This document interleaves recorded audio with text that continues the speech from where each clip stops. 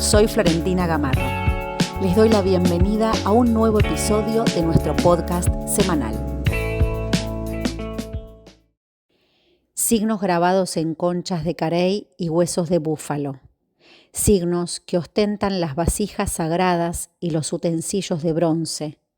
Adivinatorios, utilitarios, se presentan ante todo como trazos, emblemas, actitudes fijas, ritmos visualizados. Porque es independiente del sonido e invariable, porque una forma, una unidad en sí, cada signo preserva la ventura de seguir siendo soberano y con ello la de perdurar. Así, desde los orígenes, la escritura se niega a ser un mero soporte del idioma hablado. Su desarrollo constituye una larga lucha por asegurarse la autonomía y la libertad de combinación. Con esta cita de François Chen, correspondiente a su libro La escritura poética china, quiero dar inicio al episodio de hoy, en el que quiero hablarles de escritura y poética, más precisamente de escritura y poética china. Ustedes saben que ha sido de mi profundo interés investigar la influencia del pensamiento oriental en la enseñanza de Lacan, y entonces he seguido los encuentros que Lacan ha mantenido con François Chen, un sinólogo, poeta, escritor chino, francoparlante, y también lo que sucedían a partir de sus encuentros a lo largo de toda la década del 70, cuya finalidad era el estudio y la profundización de las obras de los principales referentes del pensamiento chino, así como también de las producciones artísticas, ¿no? De la caligrafía y la escritura poética. Hay una cita en la que François Chen, en su libro La escritura poética china, hace referencia sobre este interés de Lacan, ¿no? Y dice: lo que voy a decir esta noche tendrá un lazo poco directo con el psicoanálisis. Esta primera afirmación que se relaciona con Lacan puede asombrar. Él quería, en mi compañía, visitar ciertos campos del pensamiento chino, ello de la manera más auténtica posible, estudiando los textos en su escritura original, línea por línea, palabra por palabra. Estos escritos originales están conformados por trazos, ¿no? Que constituyen los rasgos fundamentales de los ideogramas que caracterizan a la escritura china. Y en este sentido, Lacan compartía con los pensadores chinos un singular interés por la función del vacío que por supuesto aparece estudiado también y abordado desde la lógica, las matemáticas, por supuesto que sí, pero la incidencia del pensamiento chino no es menor a la hora de abordar esta idea de vacío, ¿no? En el sentido de devenir fuente de creación y de invención, ¿no? No se trata aquí del vacío como nada. La caligrafía, que es considerada un arte mayor, se caracteriza por precisamente darle valor a los signos, ¿no? Los signos que se trazan y que inventan, ¿no?, a un agente de la acción. Lo proyectan, podríamos decir, lo proyectan hacia afuera para que él se realice en figuras formales de pleno sentido. O sea que el sentido se construye a partir del trazo. Me parece que es un punto interesante, ¿no? Porque el sentido de los signos acentúa, digamos, el valor en el cual los hombres han investido de sentido inagotablemente, ¿no?, la vida. Y François Chen es un gran referente respecto de estos estudios minuciosos y pormenorizados, interesados específicamente por este interés de Lacan. Y entonces, en este punto, lo que me interesa remarcar en el episodio de hoy es que la poética china se ha convertido para Lacan en un modo de escritura que no solamente ha sido fuente de inspiración, no solo como medio artístico, sino también el interés de Lacan está centrado en marcar la distinción que esta lengua le permite entre lo hablado y lo escrito, ¿no? que es esto lo que precisamente destaca el modo de operar con los caracteres e ideogramas chinos de un modo muy singular, porque al hablar de caracteres chinos se menciona el aspecto figurativo, ¿no? Alguien que no conoce, digamos, se representa a menudo que la escritura china es como una sucesión de pequeños dibujos, ¿no? Pero lo que en verdad importa es el valor del trazo, ¿no?, que constituyen esos ideogramas. En la descripción entonces de Chen acerca del ideograma, Lacan encuentra una estrecha relación con la consideración respecto de la letra. Incluso lo dice así, ¿no? El pretendido ideograma es una letra. Quiere decir entonces que la escritura china está conformada por caracteres denominados simples o pictográficos, ¿no?, que representan objetos, y también por caracteres denominados abstractos que conforman ideogramas, ¿no?, pictogramas e ideogramas, y a partir de los cuales surgirán otras derivaciones, otras combinaciones de las que sí nacerán las metáforas. Pero lo que es sumamente importante es que Lacan se sitúa específicamente en el carácter chino porque el carácter chino, antes de que se una, podríamos decir, de que se articule con otros caracteres, ya posee en sí mismo una unidad mínima de sentido. Y en este punto lo que también se destaca es el valor fonético que tienen ciertas pronunciaciones, porque hay trazos que son similares y que solamente se distinguen por la pronunciación, ¿no? Hay muchísimos ejemplos que recorre François Chen incluso en su libro para ubicar precisamente esto, ¿no?, que los trazos que conforman los ideogramas establecen variadísimas combinaciones, ¿no? El conjunto de esos trazos se produce a partir de la combinatoria transformada, ¿no?, a partir de esos mismos trazos más simples, y que cada signo posee una unidad mínima de significación.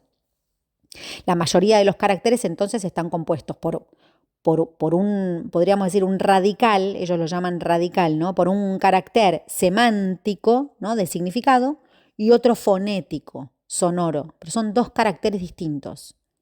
Y al mismo tiempo, cada uno de esos caracteres es indivisible.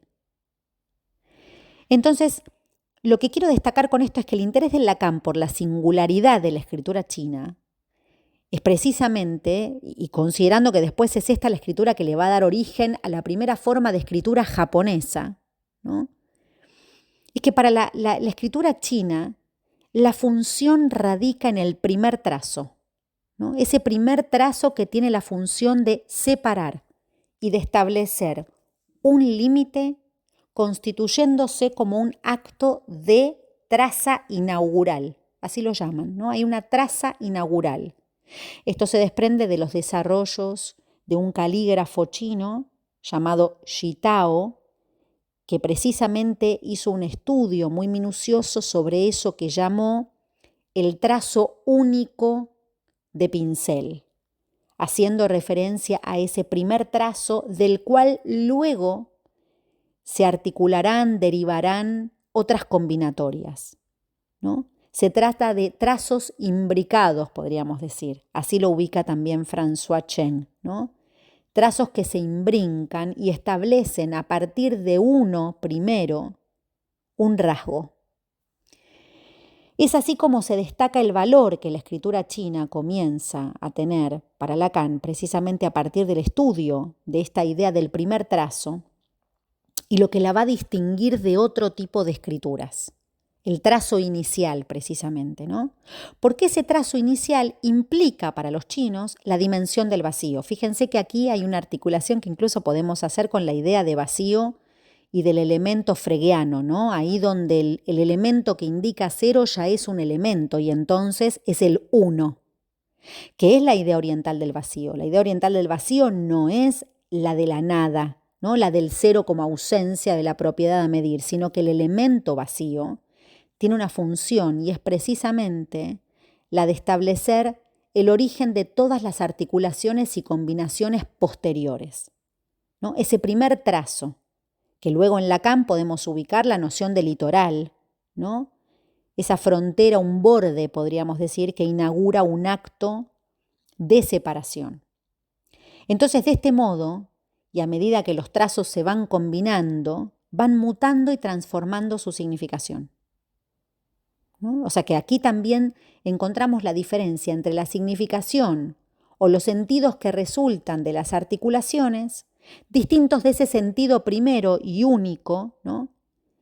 Que es el aislado, el que no hace articulación, asociado a ese primer trazo, a ese primer rasgo, ¿no? A ese primer trazo único de pincel. Y en este punto, digamos, lo que podemos encontrar es que en esta escritura, de lo que se trata es producir siempre un estallido, un vaciamiento de toda significación, ¿no? Es por eso que el proceso poético chino y luego el que deriva de él, que es el haiku japonés, establecen un camino de reducción, de poder captar la breve y escasa evanescencia del tiempo en el trazado, ¿no? El trazo se constituye como la experiencia de un acto que inscribe una singularidad irrepetible. La escritura poética china se caracteriza por escribir hasta agotar los sentidos. Y en ese punto la letra opera como lo que queda indicando siempre un resto, ¿no? En esa operación de reducción, marcando el tope de significaciones, el límite, ¿no? Como si se tratara de un reducto final. Y se me ocurrió aquí poder ubicar este término que Lacan incluso utiliza, ¿no? Que es el de la alocación, ¿no? En una dimensión más real, podríamos decir, en lo que queda fuera del sentido. La letra se localiza en esa dimensión más real que se orienta hacia un fuera de sentido, ¿no? Lacan lo dice así: podemos afirmar que el poeta chino no busca por el proceso de reducción simplificar en grado extremo el lenguaje, sino incrementar el juego, ¿no? Entre lo nominal y lo verbal, va a decir Lacan. Y en ese punto es que se introduce implícitamente en la lengua la dimensión del vacío, cómo jugar con ese límite, con ese borde entre la significación, el sentido y el fuera del sentido. Esta es la función de la letra, ¿no? Por eso también es importante servirnos de estos aportes para poder abordar un poco de qué se trata esta función de la escritura, ¿no? Es como si se tratara de una transescritura, ¿no? Es precisamente eso lo que distingue y caracteriza la escritura poética china, transescribir, ¿no? En ese sentido podríamos decir que precisamente, ¿no?, se trata de escribir más allá de las posibilidades que brinda el lenguaje respecto de la significación, ¿no? Porque lo que se procura es producir un movimiento, ¿no? Un movimiento de enlace entre el sujeto y el objeto, ¿no? De este modo podríamos decir que la figura del poeta aparece como siendo aquella que produce un quiebre en el circuito cerrado del significante y del significado y establece otra, ¿no?, entre los signos y las cosas, ¿no? Entonces, la escritura china, como medio poético, va a determinar una relación con el lenguaje, pero asumiendo que la poesía, la poética, se distingue de él, ¿no? La forma poética, podríamos decir, requiere de una secuencia que, aunque sea flexible y regular, en su valor de notación va más allá de los signos arbitrarios, ¿no? A diferencia del signo algebraico, en el cual podríamos decir que la relación con la palabra hablada es pura convención, ¿no? Los signos chinos evocan imágenes e ideas, tal como las palabras, ¿no? Lo hacen de un modo más concreto, más vivencial, podríamos decir. La poética china se va a definir como el arte de hacer combinar la vivacidad de las imágenes, ¿no? Es interesante esto de cómo combinar la vivacidad de las imágenes. ¿Y con qué combinan la vivacidad de las imágenes? Esto me resulta también sumamente interesante, con la movilidad de los sonidos, ¿no? Lo ideográfico, que plantea una idea verbal en donde hay gran número de caracteres chinos que así lo representan, podríamos decir, son imágenes taquigráficas que siempre responden a acciones o procesos, ¿no? Al verbo. Y en este punto, lo que me resulta importante remarcar es que el lugar fundamental que la escritura china le otorga al acto, por eso hablaba del verbo, radica en que el agente, si entendemos por agente aquel que lleva a cabo el acto, y el objeto, ¿no? Aquello de lo que se trata, no pueden articularse, sino precisamente por medio de esa función localizada en el vacío, ¿no? De este modo es que para los chinos y para los poetas, el acto de escribir no hace coincidir a la gente con el sujeto que lleva a cabo el acto, ¿no? Acá, fíjense, es otra cuestión interesante, porque cuando nosotros pensamos al sujeto psicoanalíticamente hablando, ¿no? Y pensamos el acto, precisamente, el acto no es algo que le pertenezca al sujeto. ¿No? Hay en el acto un hacer, ¿no? Que no se enlaza directamente con la intención, con la finalidad de alguien que se corresponda a un agente. De este modo, me parece que podemos observar que la lengua china, que no posee, digamos, una forma gramatical, ¿no? Porque las partes de la oración se distinguen específicamente respecto de que sean agentes, acto u objeto, ¿no? Si uno piensa ahí en los trazos y en los caracteres, hay trazos para agentes, trazos para actos y trazos para objetos, ¿no? Sin que pertenezcan a una categoría en particular, ¿no? Por eso los verbos, los adjetivos, los nombres siempre van a depender del uso que se les otorgue en la oración, ¿no? Porque no tienen un uso, un valor en sí mismo, sino que ese valor surge de la combinatoria. En ese sentido, digamos, podríamos pensar que esos usos no son nunca excluyentes, ¿no? Puesto que una categoría siempre va a comprender a todas las demás, ¿no? En la lengua china, un adjetivo siempre conserva un substrato de un significado verbal, ¿no? Entonces, en este punto, digamos, si nosotros pensamos entre ese valor que la escritura china le permite a Lacan de sostener ese efecto de sinsentido, ¿no? En su articulación con lo real, pensemos, ¿no? Porque si lo real es aquello que no cesa de no escribirse, en la poética china la relación con la palabra es en sí distante, ¿no? Los signos se escriben en un sistema al servicio de la palabra, pero creando con ella, ¿no? Creando un efecto de separación de la palabra misma. Es en este punto que la noción de vacío es fundamental. La poética china permite ubicar entre el significante y la letra una diferencia radical. Y es esto lo que le llama la atención a Lacan, lo que Lacan va a buscar en esos escritos. Por eso además se interesó por el escrito vivo, ¿no? Por el escrito de trazos, no en traducciones. Porque si el significante representa en su articulación, ¿no? Con otro significante y produce así el efecto de significación, de la letra, en cambio, lo que podemos afirmar es que ella es algo más que un soporte material. Precisamente porque a partir de los años 70 la escritura china le permite a Lacan ubicarla como traza de lo real por fuera del sentido. Es decir, que la lógica del significante, según sus leyes, es la de constituirse como un orden, mientras que la letra es de ese orden su reducción, lo que se aparta, ¿no? Un término que va a introducir Lacan, digamos, en esa misma época es, por supuesto, la langue, ¿no? Ese neologismo que surge como tropiezo.